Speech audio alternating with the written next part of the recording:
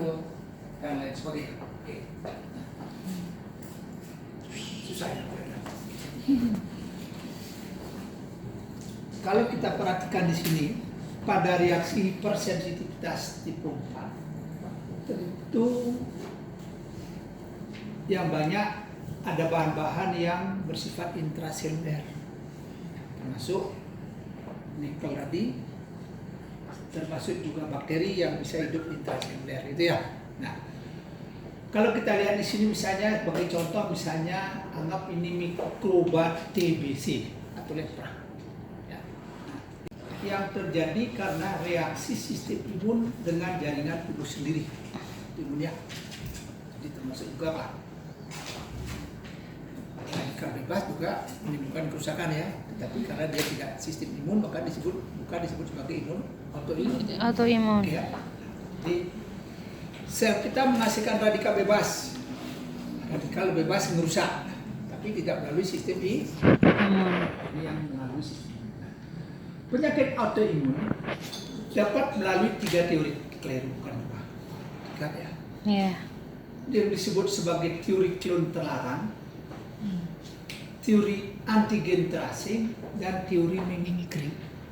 Pernah dengar ya? Nah, jadi, nih. Kalau kita lihat pada teori forbidden ini, teori klon terlarang, artinya di dalam tubuh tidak boleh ada kelompok sel yang abnormal. Tidak boleh sel abnormal ya. Nah, tentunya Pak, ini mirip dengan reaksi hipersensitivitas tipe 2. Ya, artinya kalau sel ini mengalami suatu diferensiasi menjadi normal sistem imunologis dan lain sebagainya, ini juga. Nah, kalau ada suatu mutagen, sel ini mengalami suatu perubahan. Nah, kalau dia mengalami perubahan, berarti ini dianggap asing oleh sistem imun. Oleh sebab itu, kalau ini tidak boleh berkembang, makanya klonnya dilarang. Tidak boleh berkembang, ya kan? Nah, ini makanya disebut sebagai teori klon terlarang. Kalau ini berkembang, dia akan membentuk suatu penyakit. Oleh sebab itu, sel ini harus dihancurkan. Kalau dia mutasi, berarti dia mengekspresikan protein asing, ya kan? Yeah. Protein asing dikenal, maka dia dikenal oleh sistem imun. Ada yang lupa? Hafal ya? Ini ya, ini dihancurkan oleh sistem imun, sel akan menjadi lisis. Nah, bagaimana kalau dia mengalami gangguan? Ya, nah, kalau terjadi gangguan pada proto-onkogen dan tumor supresor gen, maka dia akan berkembang menjadi myelik.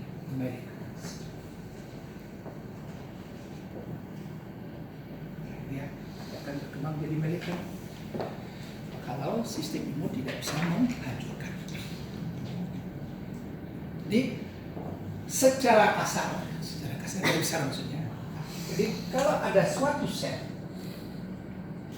ada suatu mutagen, berarti ini akan mengalami gen defect ya. Nah. Pada kondisi gen defect, tubuh ini berupaya untuk memperbaiki sistem namanya NR. Pernah dengar? Nucleotide Excision Repair. Nah, sini nanti ada 2 kemungkinan berhasil atau gagal, ya kan? Kalau dia berhasil menjadi normal, kalau gagal dia tetap Gen defect. oke ya? Nah, pada waktu dia mengalami cacat, ini sel akan menghasilkan suatu protein namanya protein kinase C atau sistem protein kinase K2. CPK2. Salah satu atau salah 2, ya. Nah, inilah kemudian dia mengaktifkan P53. Nah, P53 ini kemudian menekan semua CDK sehingga siklus sel berhenti.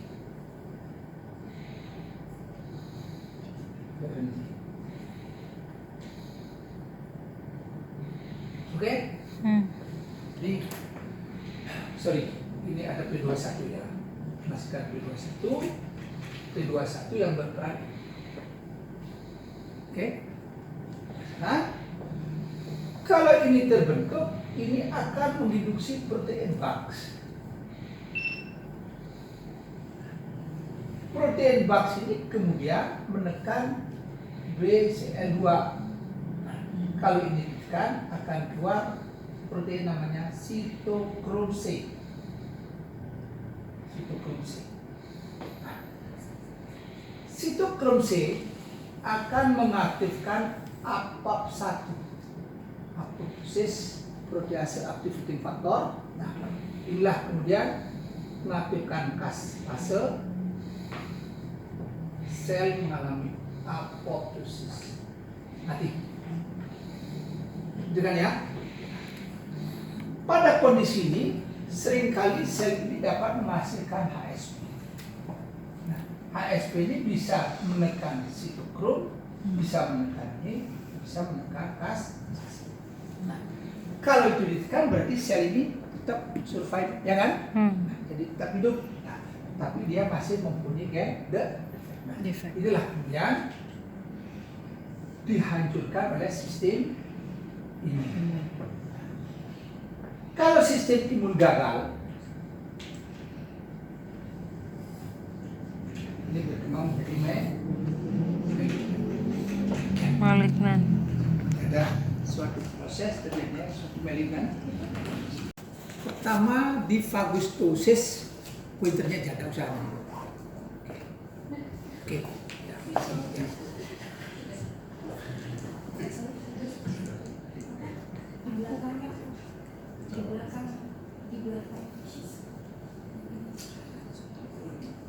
Oh, iya.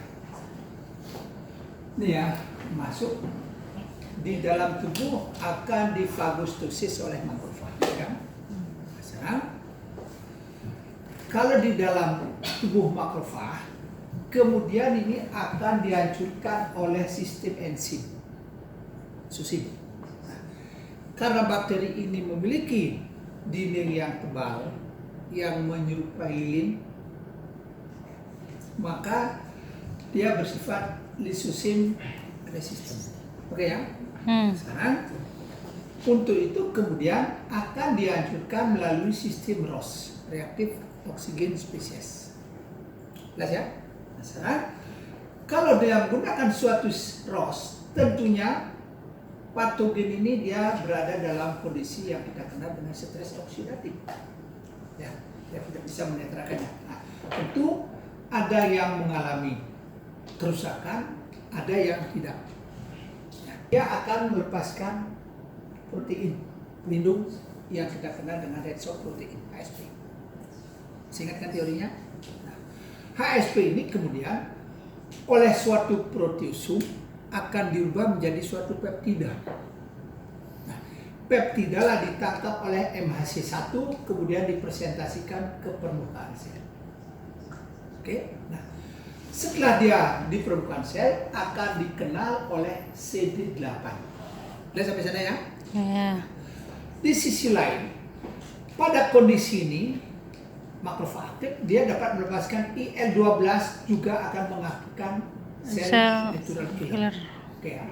Nah, kalau ini dikenal oleh CD8, CD8 akan melepaskan enzim sitotoksik yang mengakibatkan sel pus atau makrofagnya mengalami kerusakan.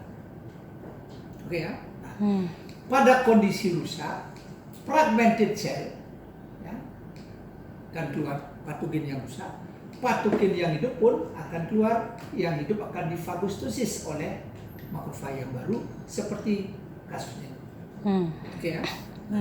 Selanjutnya, setelah dia ini ditangkap oleh makrofag, karena ini sudah fragmented berarti dia bersifat exogenous.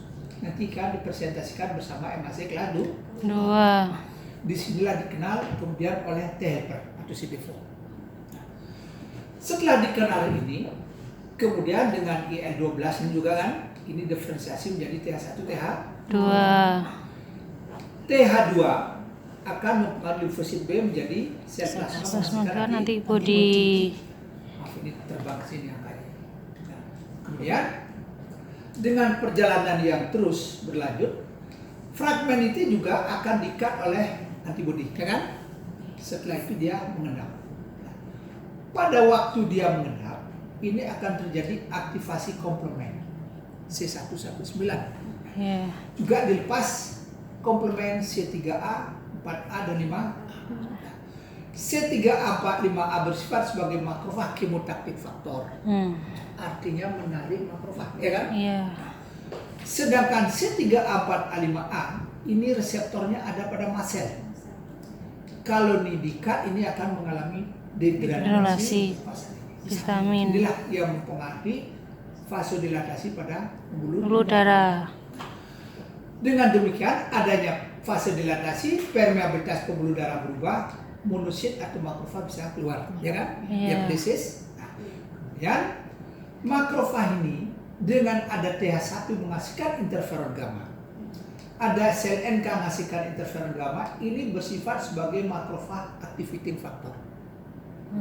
Sedangkan C3A dan C5A bersifat makrofag kemotaktik faktor. Makrofag yang aktif ini kemudian ditarik supaya sel ini tidak mengalami nasib seperti ini, proteksi, tidak lintik kan. Nah, akhirnya ini dikelilingin oleh makrofag, terbentuklah Loma.